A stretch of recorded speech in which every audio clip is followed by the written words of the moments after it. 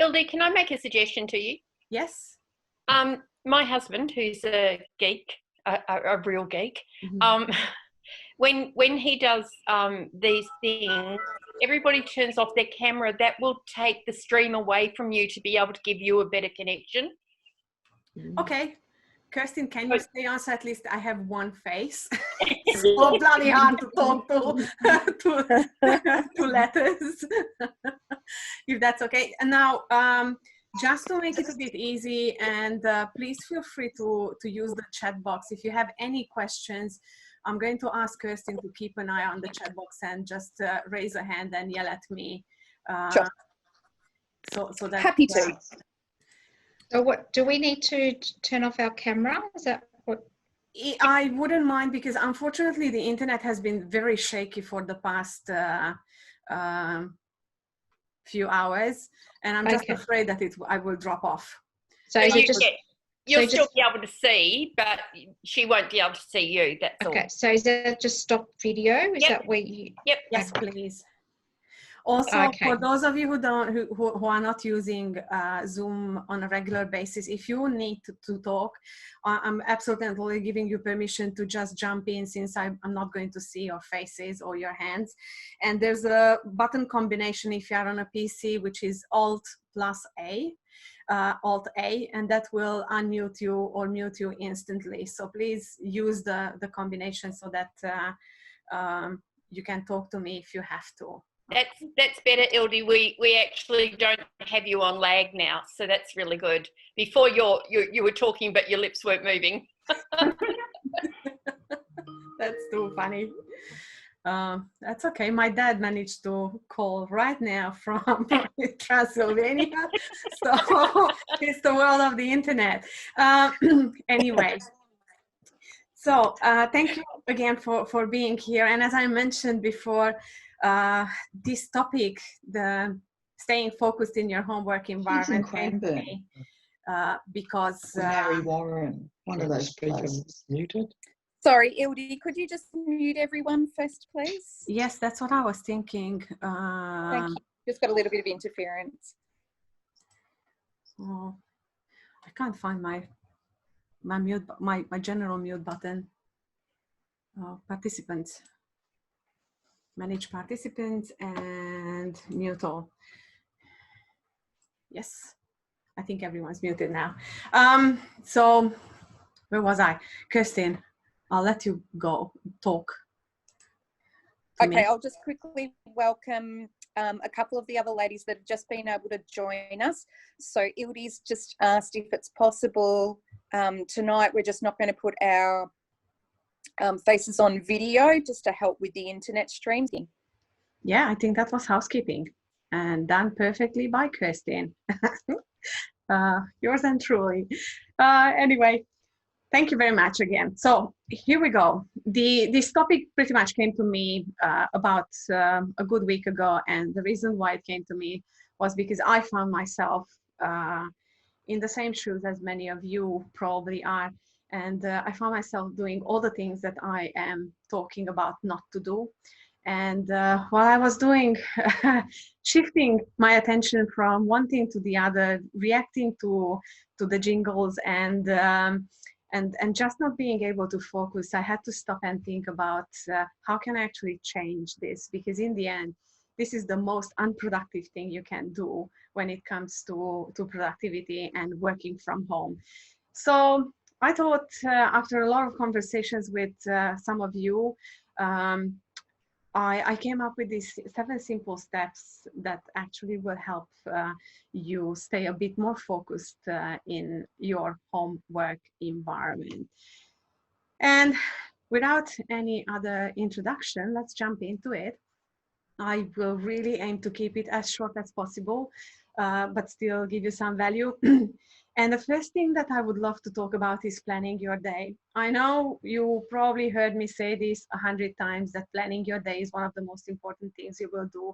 Planning your week, planning your month, planning your year. But now more than ever, planning your day every single day is crucial. By doing and by creating a plan, you can actually sort out what can be fitted in the day. It will give you so much clarity around what you can manage in the day. It also gives you the opportunity to coordinate with the rest of the family and to work out exactly when your breaks are, what's the rhythm in the household, and so on. And in the end, we don't really want to do this. You don't want to feel like you're running a post-it note day with a bit of chaos and everything else, because in the end, that is highly unproductive and disturbing. And by the end of the day, the problem is that you will feel like you haven't done anything. Though that's not true. The reality is that you probably have done a lot of things. You accomplished a lot of things, but you still feel like nothing has happened.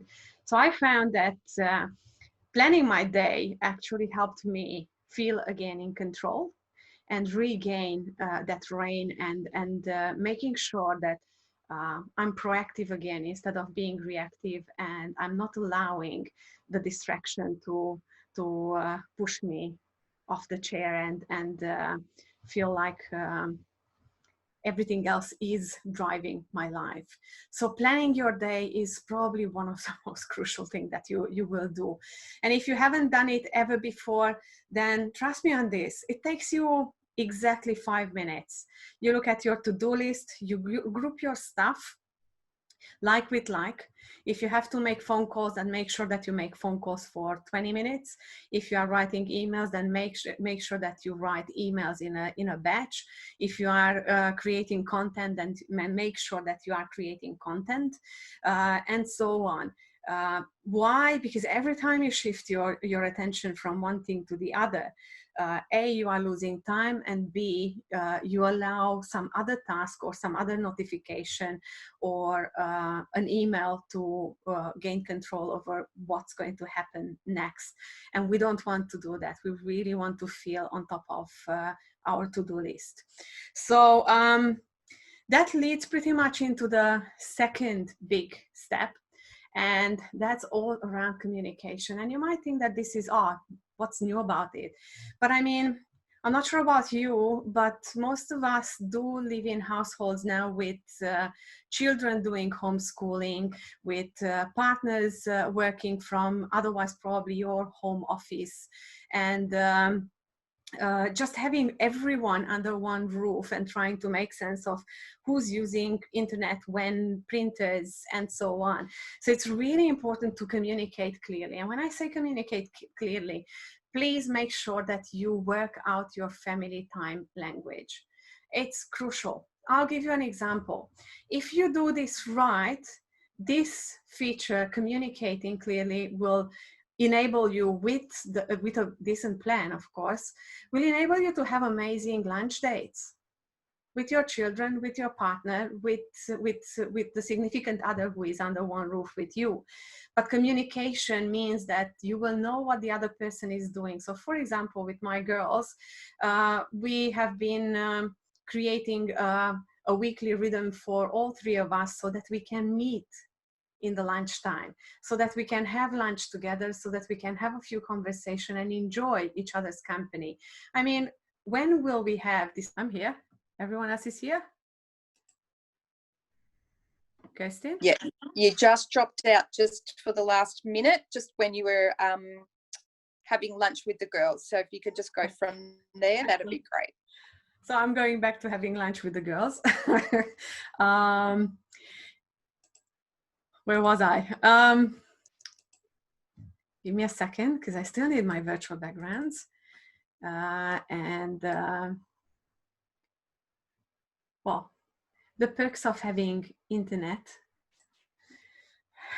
Anyway, so what I mean by this, that by communicating clearly with your family, you will actually enable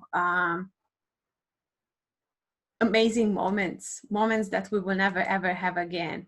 So I think also, if you have younger people, little people in the house, then make sure that you work around them and create clear sign language on red, don't come near me, I just can't deal with you right now. Yellow, you can still come sit in my lap and we can do some work together, or green, when it's free for all and we can do whatever you would like to do. And I had this conversation today with someone, and I was saying that one of the best things that you can do with young kids is negotiate. You see 20 minutes, for 20 minutes, you do watch, you know, a cartoon. And if you have been good and you haven't disturbed me and I can get through what I need to do within those 20 minutes, then I will give you this. I will give you my time. I will be there for you for the next 15, 20 minutes and alternate. I'm not saying that you will be as productive as you would be out of the house, but at least you will be able to get things done. And you are teaching your children a very important skill, which is patience, respect for your space, and that the fact that you are respecting their space, and the importance of communication, so that they understand where are the boundaries, and building these skills. Will it take time? Yes. Will it start from the beginning, and will they be happy to do it with you from the beginning? No. But by doing it step by step and sticking with the rules that you set up, in the end, you will have amazing children growing up respecting their time, your time, and you know, you are teaching them amazing skills on how to become productive, and they understand more than you think they do. So communication is extremely important. Same goes if you have a team. Make sure that you talk to them. Make sure that you talk about your common team time language, that you don't try to call them when they are not available and chasing each other and all these things. So just make sure that you are as clear as possible around your boundaries and what you can do and what you can't do. Step 3 is minimize distractions. I mean, I guess this is no surprise to anyone. I'm pretty sure if you ever have been on any kind of workshop or chat with me or anything at all, you probably know that I am a big believer of minimizing distractions. Is it easy now? No. Is it about 100 times harder than ever before? Yes. Why? Because we are bombarded by stuff that comes through the internet, messages, Zoom calls, very important notifications that we are missing, and so on.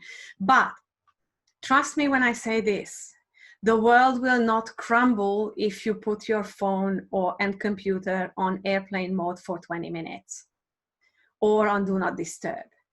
Seriously, if someone was calling and if you have a good message saying that I will be attending your call in such and such time, trust me, the world will not stop. So you don't have to pick up the phone straight away. You don't have to answer the email within 5 minutes. It's okay to stick to your original boundaries that you might have had before. And this was probably the biggest learning curve over the past few weeks, that I stepped over my own boundaries, and instead of sticking to how I usually operate, I had this urge of answering right now, just because the world is in this online virtual kind of state. So it took a bit of time to realize that nothing changed. We're just home. And that's it. That's the only thing that changed. It's still a workplace, and you still have to act and do things as much as possible within those parameters that are all about protecting you and your work and helping you stay productive. So minimizing distractions is probably another big one. Again, I can go back to the little people. Try talking to them. And yes, it will be a battle in the beginning, but it works. It takes time, but they will learn that they need to stick to some sort of boundaries. In saying that, if they stick to the boundaries and they don't bother you, don't abuse it. And please forgive me for the language, but don't overstep and don't think, oh, they are quiet, I'm just going to sneak in another 20 minutes. Make sure that you actually stick to your word and check in with them and say, hey, I said 20 minutes is gone, I'm here. Do you need me? No, I can go back and do something more for 20 minutes. And if you're good, then in 20 minutes, we can do something else. So just make sure that you create that trusting relationship with them, and that they can learn that if you said something, you will stick to it and you will respect them just as much as you are expecting them to respect you. So minimizing distraction is probably number 3. And I can't say that any of these steps is any more important than the other, because they do work together. Number 4 is don't multitask. And I'm guessing there's a few smiles in the behind those beautiful images. But I'm pretty sure that, and I hope you like my image. It's such an epic image of a mom at home trying to do it all. The reality is that research shows that multitasking is a myth. And yes, we are women, and yes, we are wired differently, and yes, we are taught to think that we can do 5 things at once. The reality is that we will be able to do 5 things at once, but none of it will be actually productive. So please don't think that multitasking is working.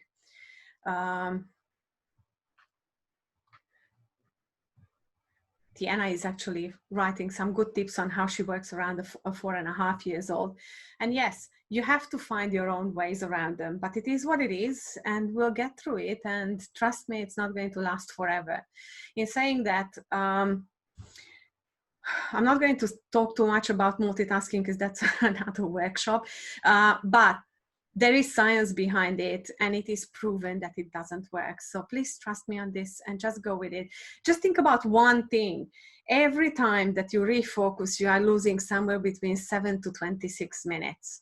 Multitasking means that you are shifting between tasks at a really fast rate. So you can't be focused, full stop. So you are losing time. It's just a logical deduction. So just make sure that you don't multitask if possible.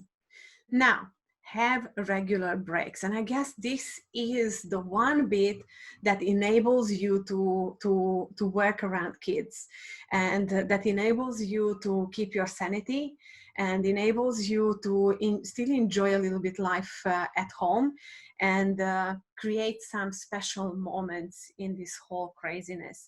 Having those regular breaks and planning those regular breaks actually can create magical moments. And this is where I say that having those lunches with my girls, it's priceless. And the same goes for your partners. If you have your partners at home, how cool is it? When can you afford to have a lunch date? Make it special. Why not make the most of this whole situation if we can? And if we have that choice, having a couple over the internet, catching up with important people in our lives, not for work, just for the sake of catching up with someone and asking them, how are you? Without the pressure of a sale, without the pressure of wanting something, just making these breaks count and recharge your battery so that you don't end up being all socialed out at the end of the day. So really try to be as mindful as possible about your breaks, but also have the breaks, especially those of you who are home alone and you don't have children, you don't have partners, you don't have any other distractions. Having those regular breaks are all about keeping your sanity and not overdoing everything. So just make sure that you do them. Now, step number 6. Step number 6 is all about sticking to your plan. Now, it's not enough to create that plan in the morning and then you think, oh, well, we'll see how we cruise through the day. Just stick to your plan. And if you decided that this is what fits in my day, and something else comes along and it seems very urgent, just stop and assess and make sure that if it's not as urgent as you thought in the beginning, then you say no. And if you need to learn how to say no, that this is probably the best time to do it. Start with actually grabbing a piece of A4 paper, write these two letters N and O next to each other and stick them in front of you. And whenever you feel the compulsion to say yes to something, just stop, look at it and think, do I really have to say yes to that? Or can I say no? And it's okay to say no if it serves you, if it helps you stay on task, if it helps you have a kick-ass day, and if it will create in the end more time for amazing moments afterwards. So feel free to say yeah, feel free to say no instead of yes. And that's perfectly fine. And also by doing it, you again are showing an example. And whether you believe it or not, as I said, as you all know, I have teenagers, but they struggle with the same issues as we do. So the more pulled together we are, the easier it is for them to pick up and follow our leads.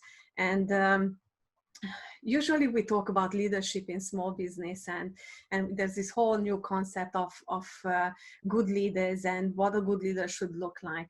Well, I guess we are all leaders in our own way right now, and this is good leadership, trying to create sanity in an insane world. So just make sure that you stick to your plan and you stick to your guns. And if you have to say no, then say no. But if you have to say yes, that's perfectly fine too. Just make sure that whatever you trade in straight away goes somewhere else, either in the same day or next day or the third day. I don't care where, just find a spot for the things that you are trading in for that yes. Because otherwise you will end up having with a huge to-do list that swallows you.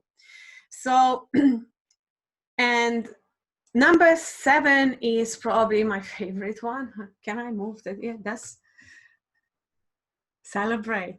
How cool is that? Make sure that you celebrate each win every day.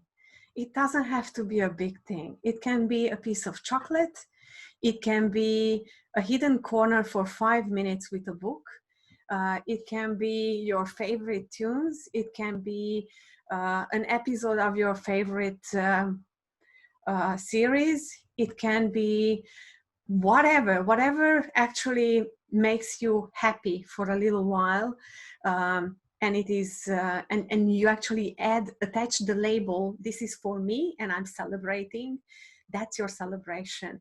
But celebrate your wins each day and acknowledge what you have done, because in the end, every day, even if you feel like you've been overwhelmed and you kind of rushed through the day, I'm pretty sure if you stop and think, you will find a lot of things that you accomplished every single day by reviewing the day and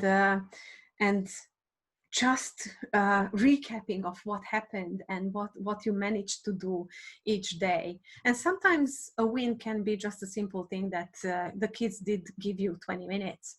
That's a win. I'm not sure about you, but I'm pretty sure Kirsten would be with me on this and would say that it's a big win if she gets 20 minutes of work without any kind of interruption. That's a win. So just make sure that you acknowledge every single win because they will show you that you are in control.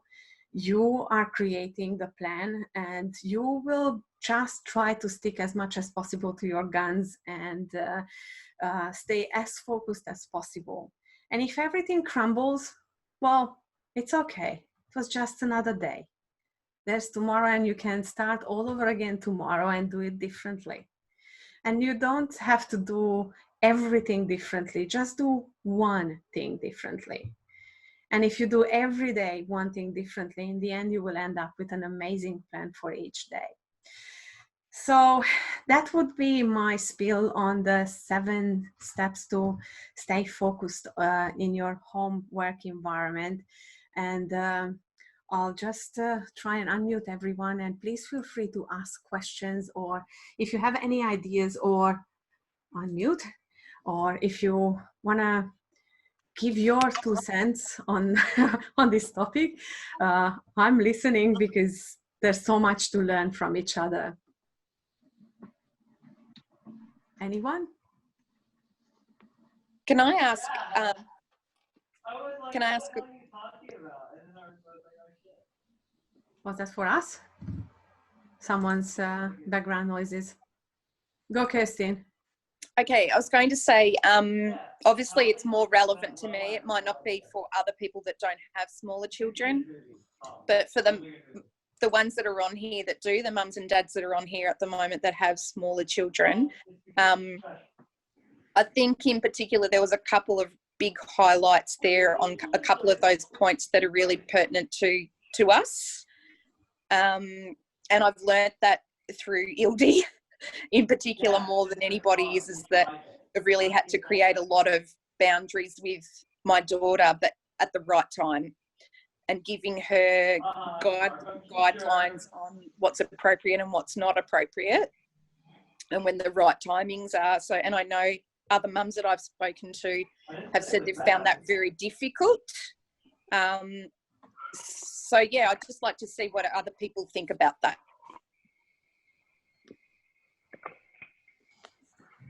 Tiana, I know you have 2 cents on this.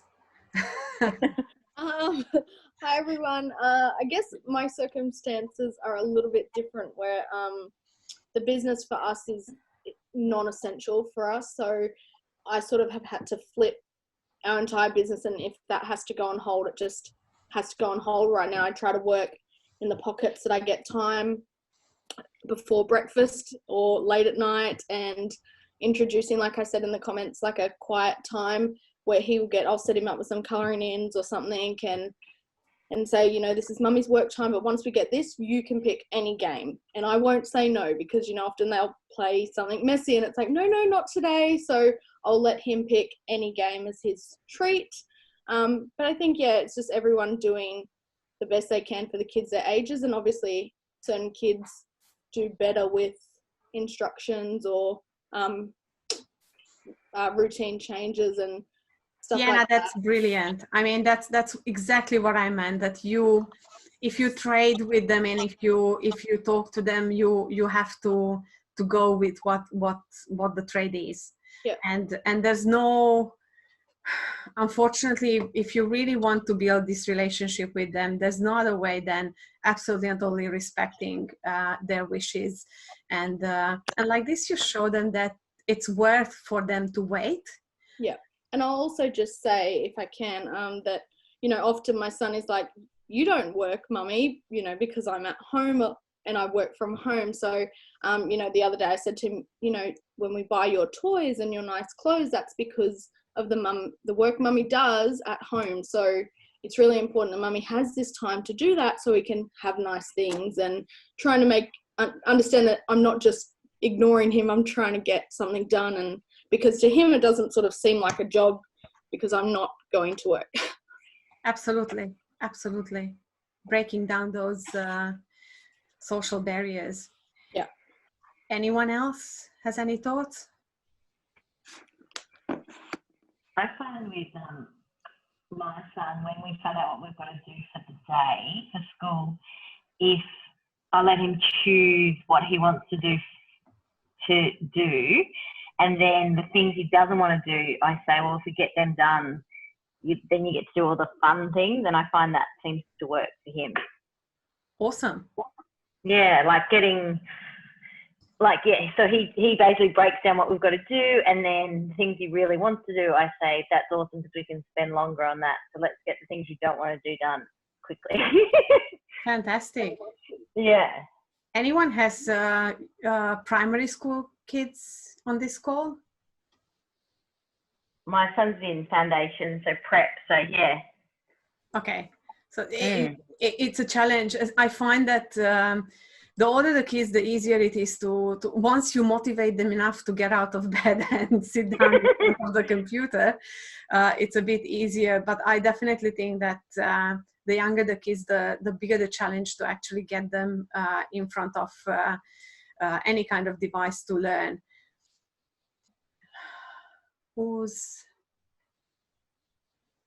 It's very hard with my 9-year-old. Also, yes, so also Deanne and Nicola have got school-age children from the comments there, Ildi. Yeah. So this is, well, you guys are probably the best ones to try what I just said about trading with them. Seriously, you need to get really serious about working out your time language and setting up some boundaries with them and making sure that you stick to it. The key in this whole process is that it's not us adults imposing rules on our children. Really sit them down around the table. You'll find it that if you involve them, yes, you know what you want out of the family meeting, but if you involve them in the process of working out what does this look like and what are your responsibilities, what are my responsibilities, how is this whole thing going to work, what can you do, when can you do it, and all these things, it's going to be so much easier to deal with them, because then you can point back and say, you remember we had that chat and we said this and this, and we all agreed that this is how it's going to work. So you can actually hold them accountable for their own words, and they will come up with their own little traps on how to deal with them. But it's really important to give it a crack and involve them in this whole process. But it doesn't hurt to try, and it's all about tweaking and twisting and turning and finding the right compromise and finding every child's buttons, because every single one of them works differently. And trust me when I say this, teenagers are no easier. So it might be easier to sit them down, but then keeping them motivated throughout the whole thing and not losing interest and still doing the homework and keeping up with everything. Trust me, it is as easy as it is with a 5-year-old. It is what it is. Sometimes I find it hard to actually find motivation to do what I need to do, but I'm an adult and I know that I have to put my doing hat on and I'll get doing. And once I'm doing, it just goes and flows. But we all have those days. So just make sure that you are aware that our children struggle with exactly the same issues that we struggle with. Only they are little, and sometimes they feel like they have less rights than we have. Mm-hmm. So, Carrie? I was just laughing there. Sorry, that the children think that they have less rights than we have. I think it's the other way around, but hey. Teenage daughter, that's all. So I think it's the other way around, but don't tell them. Awesome. Ildi, I'd like to know what are other people actually doing to celebrate their wins, and are they doing anything at all? Because that's a really important thing that you mentioned about the different things that people can do to help themselves celebrate a win at the end of the day. So I'm curious to know, what is everyone doing, or is anyone doing it? Good question. Carrie? I don't do it on a daily basis to celebrate a win or acknowledge that I've achieved what I've set out to do for the day. The only time I really celebrate wins is, for example, if a new client comes on board or something like that, which is not daily. So yeah, something to think about. When you were saying that point, sometimes I just, like I did say today at the dinner table, I had a great day today. I shared to say that I felt like it was a productive day, but I don't actually do anything to celebrate that other than saying it was a great day today. Well, maybe now is the time to change that. Yeah. Red wine, Emma says. That's a good idea, Emma. Yeah, Ildi, this is something I've been trying to do a little bit more, because I was finding I was getting a bit disgruntled with myself because I wasn't actually rewarding myself even for the smallest things. So now I've got it down to a point of, if I actually get a task completed, I'll go and get myself one of those beautiful homemade chocolates I have in my fridge. So it doesn't have to be a big thing, obviously, but just something small. So I feel like I have achieved something, because we can't exactly go get a massage at the minute, can we? Or we can get remedial, but that's about it. You know, we can't go and do anything big. So for me, I've decided to start rewarding myself in a small way for the things that I actually do get done. I think it's important to do it daily. Fantastic. Totally agree with you. Lisa? And that's, Lisa? No, she's not talking. Not talking. I think Deanne made a really good point there, especially about for those of us that do like to go and get that massage with people like Emma, who unfortunately can't do that at the moment for her own clients. You know, reflecting on how we can actually celebrate those wins in the isolation lifestyle by even just having that nice cup of tea by yourself with no partner or children or anyone else around, and even if it's just 5 or 6 minutes, I seem to think that's been really good for my own mental health. And that's something that I've started introducing into my lifestyle of recent, just to actually just refocus and just have some time out. Before we even, just 1 second, just mentioning that if you look at your chat, you can actually download the chat by saying save chat, because there's some really good pointers in there about how to deal with kids and ideas rolling on how to celebrate and all those things. So maybe it would work just saving the chat, just saying. It's quite easy to have it forever. But yeah, so it has to work for all of us, I guess. And what I really wanted to say, one more thing, because I know that it's not just Emma on this call who has a whole business on hold. Don't look at it like it's on hold. Look at it like this is a chance to reset your business. Look at it on how you will come out of it. Make those phone calls without the pressure of a sale. Just connect with all your customers. We always pick up the phone and make a call when we are expecting a sale, a referral, or whatever. This is the time when you can actually make those calls without the pressure of a sale.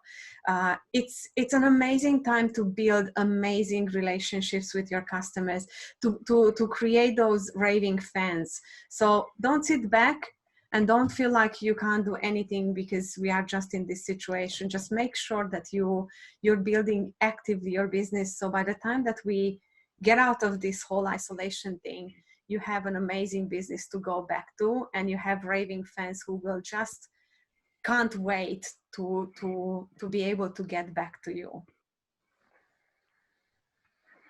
Make sense? Mm-hmm. Awesome. Because we are over time. Anyone else has any other questions or no? Well, I hope you got something out of this, and I think it is a very hot topic. And if you feel like you're a little bit lost and you're unsure, uncertain, or you need a bit of more guidance, don't be shy to use the Ant Planner Anonymous group and put your questions in. Or if it's too private, then feel free to send me a message. Pick up the phone, give me a call. I'm always picking up the phone. If I can't, I will be calling you back straight away. And some of you know that I always call back. And make sure that you don't feel alone, and you reach out and let us help you. If you need more, then all my workshops are running now online, so there's no excuse. If you're in Queensland, you can join just as much as if you're in Melbourne. So make sure that you reach out and become a better planner, and let's come out of this whole thing a little bit better than we were before. So thank you very much for being on this call, and I'll see you around, I guess. Bye. Bye. Bye.